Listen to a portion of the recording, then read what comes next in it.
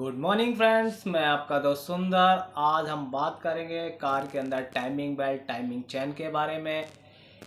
कई बारी timing belt change करनी पड़ती है कार के किलोमीटर के अनुसार, तो हम कैसे उसे चेंज करेंगे उसके बारे में बात करेंगे।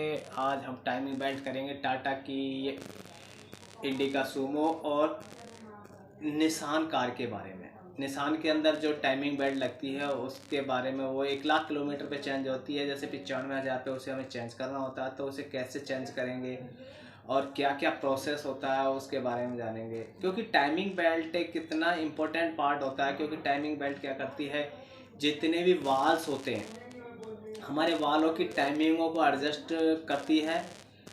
मतलब कहने का है, जो हमारा हेड है और ब्लॉक है, यानी कि हमारी क्रैंकशाफ्ट घूमती है, क्रैंक के साथ ही हमारी केम घूमती है, केम के साथ ही हमारे एचपी पंप यानी हाई प्रेशर पंप भी घूमता है और वाटर पंप भी घूमता है, और आइडलर बेरिंग के सहायता से वो टाइट किया जाता है।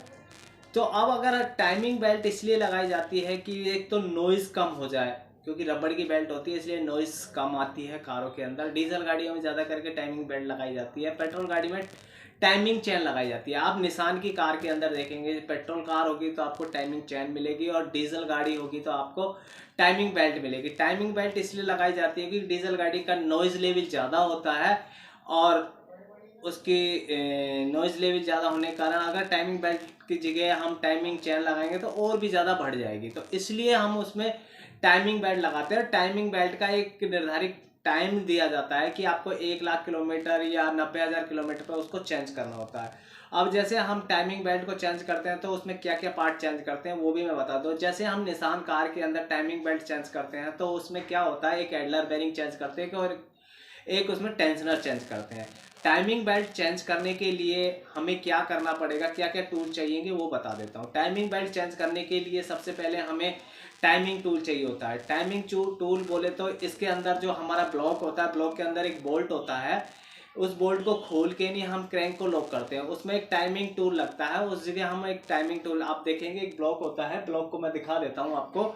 जो टाइमिंग ब्लॉक होता है, ब्लॉक के ऊपर एक बोल्ट खोलने से पहले जिधर आप जैसे फ्रंट में रेडिएटर है, रेडिएटर के पास से नजर मारेंगे तो एक पीछे की साइड आप जैसे फ्लाईव्हील के पास जाएंगे तो एक बोल्ट मिलेगा आपको, वहां से उसको बोल्ट को खोलना है।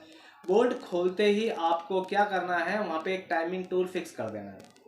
टाइमिंग टूल फिक्स कैसे होगा, क्योंकि आपको पहले इंजन को घुमाना है, और जैसे ही टीडीसीबी पोजीशन पे लेके आएंगे पहले पिस्टन को, तो वो टाइमिंग टूल आपका वहाँ फिक्स हो जाएगा, और फिक्स होने के बाद में क्रैंक आपकी इधर उधर नहीं घूमेगी। उसके बाद में आपको क्या करना है, केम लॉक लगाना होता है। केम लॉक लगाएंगे तो केम लॉक पे एक टूल्स होता है, और टूल से भी हम केम लॉक को फिक्स कर देते हैं। उसके बाद में हमारा जो एचपी पंप होता है उस पर उस पर एक डॉट होता है, डॉट को हम इस बोल्ट के सामने लगाते हैं या उसमें टूल लगा देते हैं। ये तीनों चीज़ हमारी फिक्स हो जाती है तो हम समझते हैं कि हमारा टाइमिंग एकदम परफेक्टली लॉक हो चुका है। उसके बाद में हम टाइमिंग टेंशनर को खोलेंगे, और टेंशनर को खोलते ही हमारी बेल्ट लूज हो जाएगी। जब बेल्ट लूज हो जाती है तो हम उसे निकाल देंगे, और फिर एडलर बेरिंग को भी खोल देंगे। तो उसके बाद में एक नया टूल्स लेके आएंगे, पूरा नया किट लेते हैं टाइमिंग बेल्ट का, उसको टाइमिंग बेल्ट का किट को लेके नया फिट करना होता है। फिर उसके अंदर आपने देखा होगा, जब हम निसान सन्नी या माइक्रा के अंदर टाइमिंग बेल्ट लगाते हैं तो बेल्ट के ऊपर निशान आते हैं। जो निशान होते हैं वाइट कलर के, जो एक निशान होता है जो नीचे क्रैंक के पास बैठता है जो वाइट कलर का होता है, जो अंदर के जो दांते होते हैं वहां पे होगा, और दो ऊपर की साइड निशान होते हैं वाइट कलर के, जो एक पंप के पास जाता है और एक केम पे जाता है। ये जब दोनों केम और उसके पंप के जो हमारे डॉट्स होते हैं उन पे जाके बैठेगा तभी हमारा सही तरीका से टाइमिंग बैठता है। तो मैं अभी आपको दिखाता हूँ कि टाइमिंग बेल्ट कैसे कहाँ लगाई जाती है, और उसके बारे में आज हम देखते हैं। बोर्ड के ऊपर भी देख लेते हैं कि टाइमिंग बेल्ट को लगाने का एक तरीका क्या होता है। तो ये हमारा, मान लीजिए ये हमारा क्रैंक है। जब हम टाइमिंग बेल्ट को लगाते हैं तो ये हमारा क्रैंक है, ये हमारी क्रैंक है, जो कि ये हमारा एक गेयर है, ये गेयर है हमारा टाइमिंग गेयर हो गया, ये हमारी पिस्टन हो गई, और ये हमारा क्रैंक हो गया, ये हमारा फ्लाईव्हील हो गया। अब आती है यहाँ पे, एक गियर होता है हमारा एचपी पंप और एक गियर होता है हमारा केम शाफ्ट। तो केम शाफ्ट पे होती हुई एक बेल्ट आती है हमारी ऐसे करके, ये तीनों पे बेल्टों पे चढ़ती है। तो ये हमारा केम गियर हो गया, ये हमारा केम गियर हो जाता है जिसके ऊपर हमारी बेल्ट चढ़ती है। तो इसमें क्या लॉक होता है, और यहाँ हमारा एक ब्लॉक होता है, ब्लॉक के ऊपर हमारा एक बोल्ट होता है, बोल्ट से हम इसको क्रैंक को लॉक करते हैं। यहाँ से एक बोल्ट आके हमारा जो स्पेशल टूल आके क्रैंक में लग जाता है, और जो केम पे एक बोल्ट लगता है एक यहाँ पे, तो हमारा वो बोल्ट जो लॉक हो जाता है, जो ब्लॉक सिलेंडर हेड है उसमें कस जाता है। एक लॉक हमारा जो ये एचपी पंप है, यहाँ पे एक पंप होता है, पंप पे हमारा लग जाता लॉक लग जाएगा। ये पंप हो गया, ये हमारा केम शाफ्ट होगी, ये केम शाफ्ट होगी, ये क्रैंक शाफ्ट होगी, ये क्रैंक शाफ्ट होगी। तो ये हिसाब से फिर इसके ऊपर हमारा यहाँ एक टेंशनर बेरिंग लगा होता है जो इसको दबाता है, और एक बेरिंग हमारा यह एडलर बेरिंग होता है, वो उसके साथ सपोर्ट करता है। यानी कि ये हो गया हमारा आइडलर बेरिंग, और ये हो गया टेंशनर बेरिंग। ये इसको बोलते हैं हम टेंशनर बेरिंग, और इसे बोलेंगे आइडलर बेरिंग।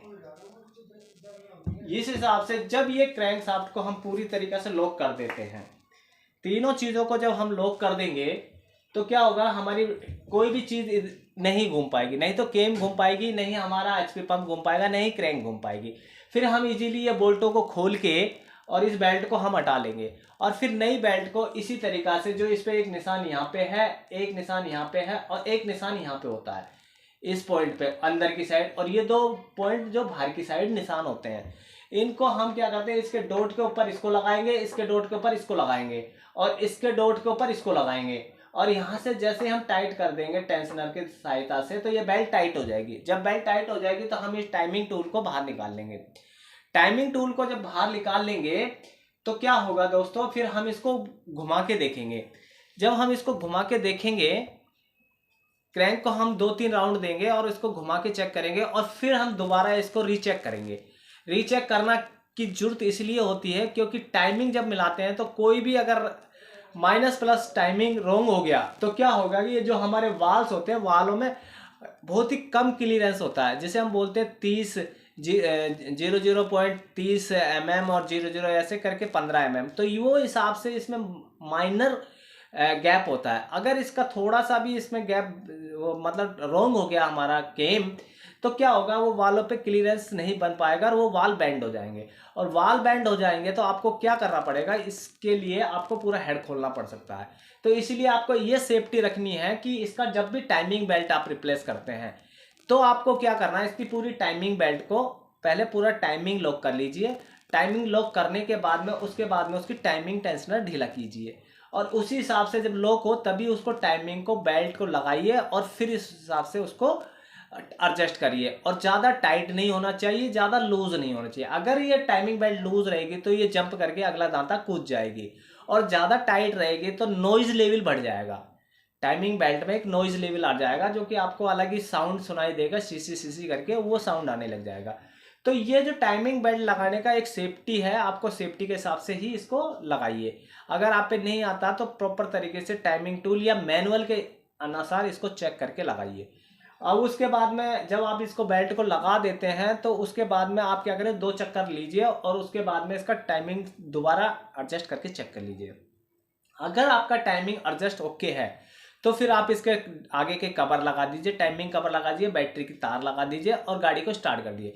बट इसको स्टार्ट करने के बाद में सडन आप रेस मत दीजिए। पहले आप एब्जॉर्व कीजिए कि इंजन हमारा बिल्कुल स्मूथ चल रहा है और कोई नॉइज लेवल तो नहीं है, और फिर धीरे धीरे इसमें आप रेस दे के चेक कर लीजिए। अगर वो एकदम ओके है तो फिर उसका आपका ट्रायल लेके आप गाड़ी को ओके करके खड़ी कर सकते हैं। तो इस हिसाब से आप इसकी टाइमिंग बेल्ट लगा सकते हैं।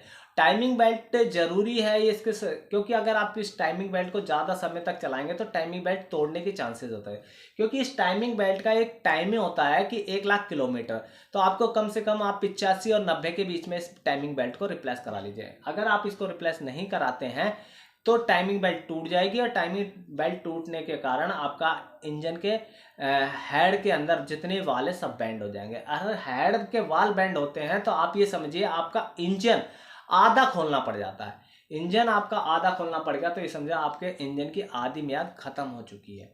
तो आई होप कि आपको ये वीडियो अच्छी लगी होगी। अगर आपको ये वीडियो अच्छी लगी तो आप इसे लाइक कीजिए, शेयर कीजिए, सब्सक्राइब कीजिए और अपने दोस्तों को बताइए कि निसान सनी का टाइमिंग मिलाने का तरीका क्या है, वो मैंने आपको बताया है। ब्लॉक के ऊपर इसका लॉक होता है, वहाँ से आपको बोल्ट खोलना है और वहाँ पे एक बोल्ट टाइमिंग टूल लगता है, दूसरा इसकी केम पे लगता है, पंप पे निशान होते हैं, उससे एडजस्ट करके। बेल्ट पे जो हमने बताया, नई बेल्ट अगर आप जेन्युइन लेते हैं तो उस पे ऊपर की साइड 2 वाइट कलर के निशान आते हैं और अंदर की साइड एक वाइट कलर का निशान है। नीचे वाइट कलर वाला क्रैंक पे लगता है, ऊपर का केम और पंप पे लगता है। इस हिसाब से आप टाइमिंग बेल्ट को रिप्लेस कर सकते हैं और एडजस्ट भी कर सकते हैं।